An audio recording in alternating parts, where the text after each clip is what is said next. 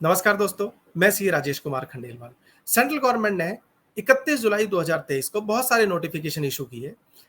इसी श्रेणी में एक नोटिफिकेशन इंपॉर्टेंट नोटिफिकेशन है, नोटिफिकेशन नंबर 30/2023।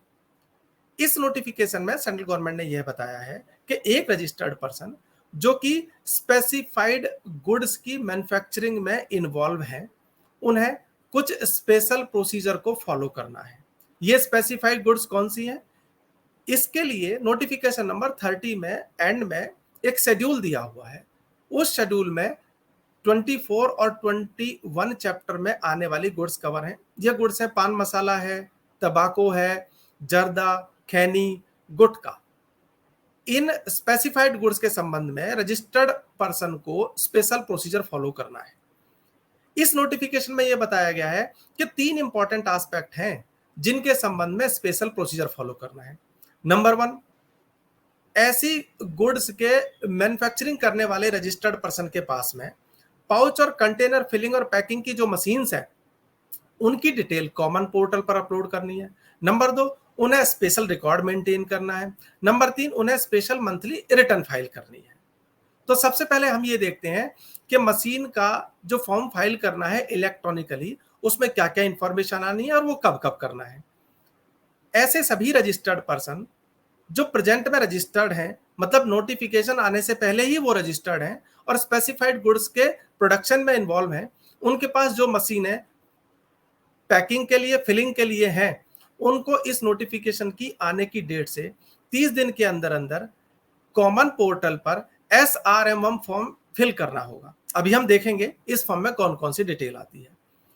दूसरा, ऐसे पर्सन भी हो सकते हैं जो प्रेजेंट में रजिस्टर्ड नहीं है लेकिन वो मैन्युफैक्चरिंग कर रहे हैं स्पेसिफाइड गुड्स की, उनके पास अपनी मशीन्स हैं। नोटिफिकेशन आने के बाद जब वो रजिस्ट्रेशन लेंगे तो रजिस्ट्रेशन लेने की डेट से 15 दिन के अंदर अंदर उनके पास जो भी फिलिंग और पैकिंग की मशीन्स हैं, उनकी डिटेल उनको SRM1 फॉर्म पर कॉमन पोर्टल पे अपलोड करनी है।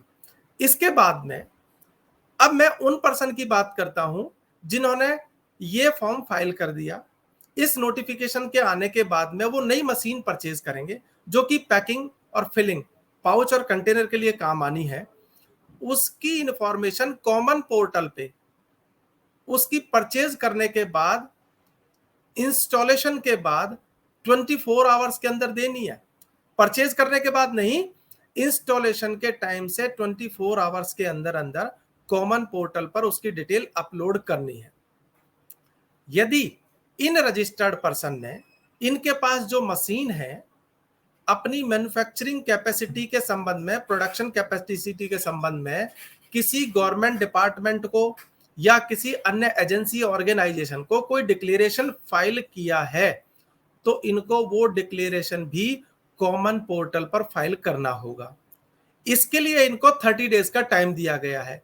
यदि ये डिक्लेरेशन ऑलरेडी फाइल की जा चुकी है इस नोटिफिकेशन के आने से पहले, तो ऐसे रजिस्टर्ड पर्सन के लिए नोटिफिकेशन आने के बाद 30 दिन का टाइम दिया गया है। यदि अभी तक डिक्लेरेशन फाइल नहीं हुई है, नोटिफिकेशन आने के बाद डिक्लेरेशन फाइल होनी है, तो उसके लिए उनको नोटिफिकेशन जिस दिन वो डिक्लेरेशन फाइल करेंगे उसके 15 दिन के अंदर अंदर उनको कॉमन पोर्टल पर ये डिटेल अपलोड करनी है। और इसके लिए उन्होंने फॉर्म बनाया है, फॉर्म SRM1A। अब हम एक बार देख लेते हैं कि इन फॉर्म्स के अंदर क्या क्या डिटेल आनी है।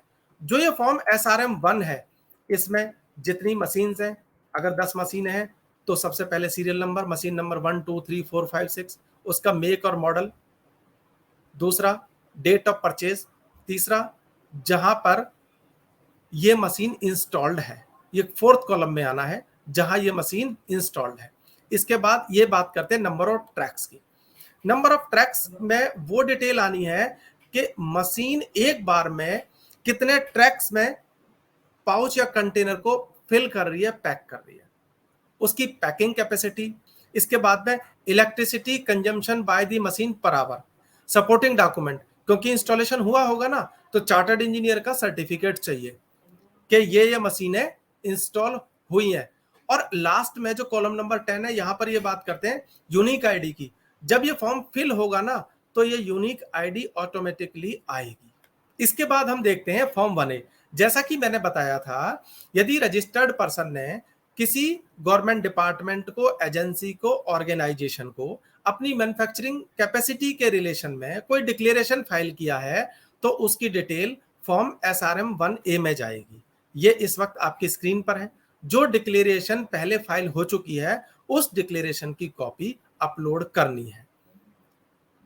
फॉर्म 2A, SRM 2A, ये मैंने बताया था, जब भी कोई नई मशीन परचेज की जाएगी तो इंस्टॉलेशन के टाइम से 24 आवर्स के अंदर उसकी डिटेल कॉमन पोर्टल पे अपलोड करनी है।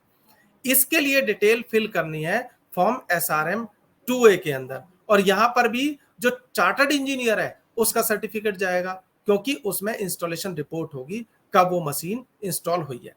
यहां पर एक इंपॉर्टेंट चीज और है, यदि इंस्टॉल्ड मशीन को रिमूव किया जाता है तो उसकी इंफॉर्मेशन फॉर्म SRM 2B के अंदर 24 आवर्स के अंदर कॉमन पोर्टल पर अपलोड करनी होगी। और फॉर्म 2B है, उसकी डिटेल इस वक्त आपके सामने है। जैसे ही आप उस मशीन के बारे में बताएंगे कि ये मशीन हमें रिमूव करनी है, तो उसकी यूनिक आईडी से वो सारी की सारी इंफॉर्मेशन अपने आप उठा लेगा। इस प्रकार से डिपार्टमेंट ने क्या किया है, पैकिंग और फिलिंग के लिए जो जो मशीन यूज हो रही है ना, उनका एक तरह से रजिस्ट्रेशन हो गया है। कंप्लीट डिटेल डिपार्टमेंट के पास रहेगी। दूसरा जो इंपॉर्टेंट एस्पेक्ट है इस नोटिफिकेशन का, ऐसे रजिस्टर्ड पर्सन को जो उसकी स्पेसिफाइड गुड्स के मैन्युफैक्चरिंग में इन्वॉल्व है, उनको कुछ एडिशनल रिकॉर्ड मेंटेन करने हैं। उनको ये रिकॉर्ड अपने पास में कीप करके रखने हैं, और ये रिकॉर्ड जो मेंटेन करने हैं ना, ये डेली बेसिस पर करने हैं।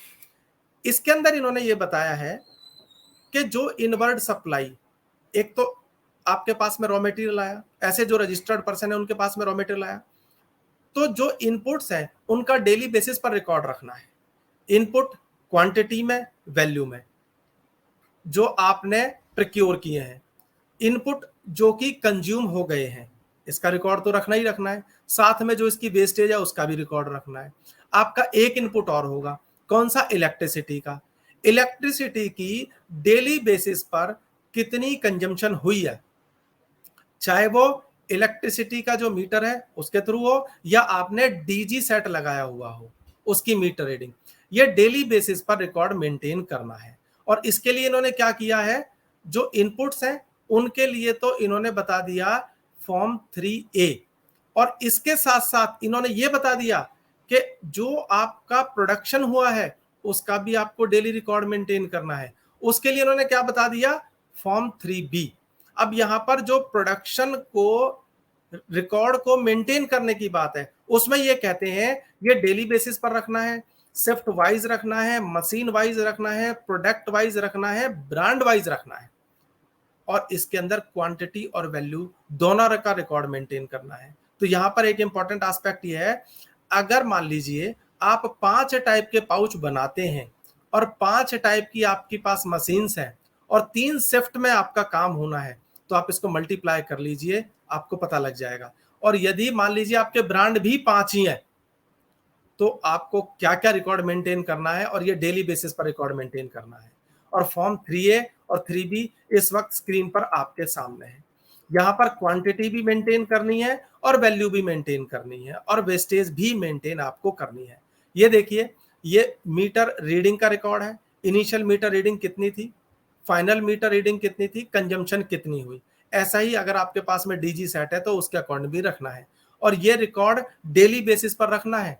ऐसा भी हो सकता है कि आपकी शिफ्ट रात को 12 बजे खत्म ना हो, 8-8 घंटे की शिफ्ट होती है ना, लेकिन यहां पर जब आपको मीटर रीडिंग नोट करनी पड़ेगी, तो आपको सुबह, जब से आपका प्रोडक्शन स्टार्ट हुआ तो सुबह कब होगी, 12 बजे, रात कब होगी, वो भी 12 बजे ही होगी। तो आपको उसके अकॉर्डिंग पर डे का आपको यहाँ पे रिकॉर्ड मेंटेन करना है। इसी नोटिफिकेशन में जो और एक इंपॉर्टेंट एस्पेक्ट है, स्पेशल मंथली स्टेटमेंट भी सबमिट करनी है। इसके लिए इन्होंने फॉर्म बनाया, फॉर्म SRM 4। ये कॉमन पोर्टल पर अपलोड होगा, और इसमें डिटेल होगी। इसमें डिटेल किस चीज की होगी, जो अभी ऊपर पॉइंट नंबर 2 में इन्होंने रिकॉर्ड मेंटेन करवाया ना, कि इनपुट कितना क्वांटिटी में प्रोक्योर हुआ, कितना कंज्यूम हुआ, कितना वेस्ट हुआ, इलेक्ट्रिसिटी की कंजम्पशन मीटर रीडिंग के हिसाब से कितनी थी।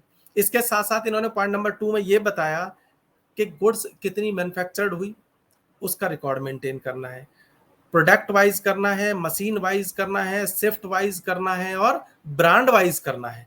तो इसी की ये मंथली स्टेटमेंट मांग रहे हैं। अब आप देखिए इन्होंने इसके 2 पार्ट बनाए। पार्ट ए में ये कहते हैं कि जो आपके इनपुट है ना, पहले तो आप हमें उसकी डिटेल दीजिए, ओपनिंग कितना था, कितना आपने प्रोक्योर किया, कितना आपका वेस्ट हो गया, फाइनली कितना कंज्यूम्ड हो गया। इसके बाद ये कहते हैं कि आप हमें मीटर रीडिंग के बारे में भी मंथली स्टेटमेंट फाइल करेंगे, आपका कितना कंजम्पशन हुआ हमें इससे पता लगेगा। और जो इसका पार्ट बी है, इसमें इन्होंने बताया कि हमने आपसे डेली बेसिस पर प्रोडक्शन का रिकॉर्ड मेंटेन करवाया था, उस रिकॉर्ड जो आपने मेंटेन किया उसके बेसिस पर आप स्पेशल मंथली स्टेटमेंट फाइल करिए।